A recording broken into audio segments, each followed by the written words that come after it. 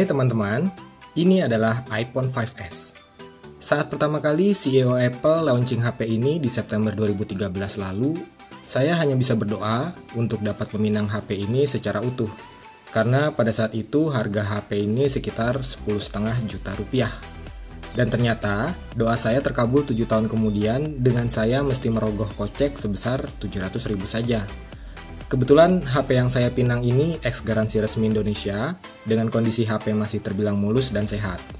Dan spare part-nya pun masih original semua. Belum ada yang digantilah oleh sellernya. Kesan pertama saya pegang HP ini di tahun 2020 itu kecil, imut, premium, dan Apple banget. Bodinya sendiri masih menggunakan bodi metal dengan chamfer kecil di pinggiran sudut layarnya. Entah kenapa, walaupun HP ini terbilang HP jadul yang sudah uzur, tapi tetap saja saat dibawa nongkrong, HP ini tuh masih kelihatan keren. Mungkin karena ada logo Apple-nya kali ya, atau mungkin itu kekuatan magic dari para desainer Apple yang sangat mengerti bagaimana meracik sebuah HP dengan bentuk yang simple, namun tetap kelihatan mewah. Bahkan saat memegangnya seperti ada kepuasan tersendiri yang mungkin jarang saya dapat dari HP-HP dari brand yang lain. Akhirnya saya pun memutuskan untuk memindahkan SIM card utama saya dari HP OnePlus 7 Pro ke HP ini. 5 menit kemudian saya menyadari bahwa salah satu aplikasi penting bagi saya yaitu WhatsApp. Untuk memindahkan history chatnya itu sangat-sangat ribet apabila kita migrasi dari OS Android ke iOS. Sehingga saya mengurungkan niat tersebut. Pada akhirnya saya menjadikan HP ini sebagai HP kedua saja. Layar 4 inch di 2020 memang sudah tidak relevan lagi, karena kebiasaan saya yang sekarang menggunakan HP dengan layar minimal di atas 5 inci. Jadi kalau digunakan untuk menonton YouTube, mata saya perlu sedikit ekstra fokus ke layar mungil HP ini. Juga karena layarnya yang kecil, membuat kita dapat lebih mudah mengetik dengan satu tangan saja. Ya, walaupun ternyata saat ini mengetik dengan dua tangan itu lebih baik dan lebih cepat.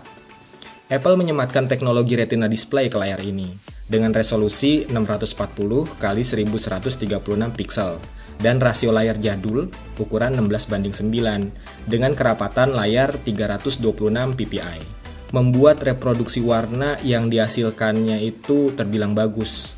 Ya, ciri-ciri khas warna layar LCD-nya Apple lah.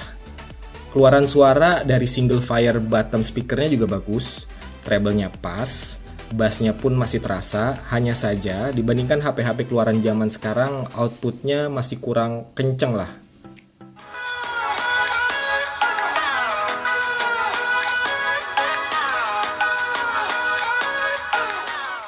iPhone 5s adalah smartphone pertama di dunia yang menggunakan prosesor 64 bit yang disuntikan ke dalam chip Apple A7 dual core 1,3 GHz ditambah dengan RAM 1 GB dan berjalan di iOS 12.4.6 membuat performa HP ini di tahun 2020 dengan pemakaian ala-ala saya tuh ya kurang cukup.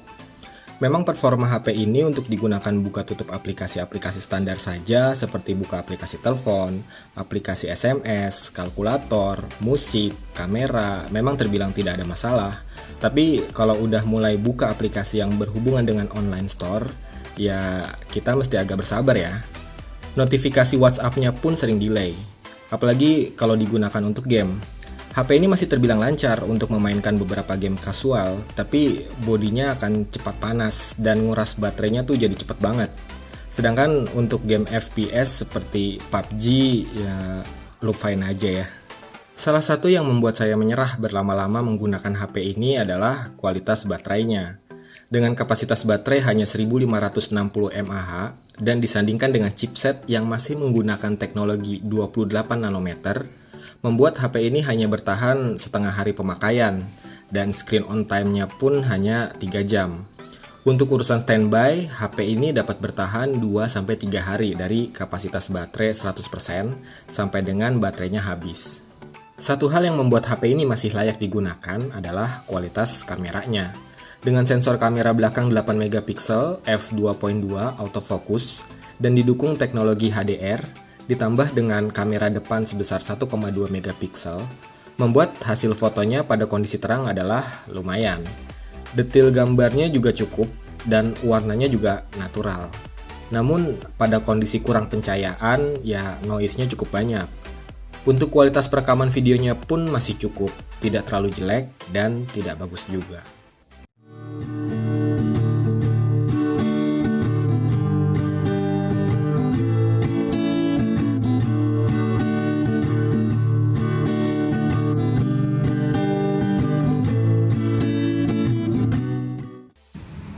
Ini adalah contoh perekaman video dengan iPhone 5s HD 30 frame per second.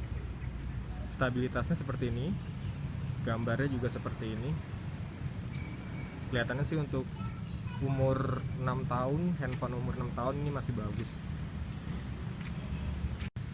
Ini adalah perekaman video dengan kamera depan. Hasilnya seperti ini. Nanti bisa dicek sama-sama suaranya seperti apa. Kalau stabilitasnya sih lumayan bagus. Ini adalah perekaman video iPhone 5s Full HD 30 frame per second. Jadi stabilitasnya seperti ini. Kemudian hasil gambarnya juga seperti ini. Kesimpulannya adalah iPhone 5s ini tidak worth it digunakan sebagai HP utama di tahun 2020. Tapi bagi kalian yang ingin bernostalgia dengan desainnya, atau ingin sebagai koleksi, ataupun menjadikan sebagai HP kedua untuk sekedar mutar musik dan sesekali ambil foto, maka HP ini masih bisa dinyatakan layak untuk kalian. Sekian dari saya, jangan lupa subscribe, like, share, dan komen untuk mendukung channel ini agar dapat terus memberikan informasi-informasi menarik seputar gadget. Saya Muhammad Fahrul, sampai jumpa di video-video berikutnya.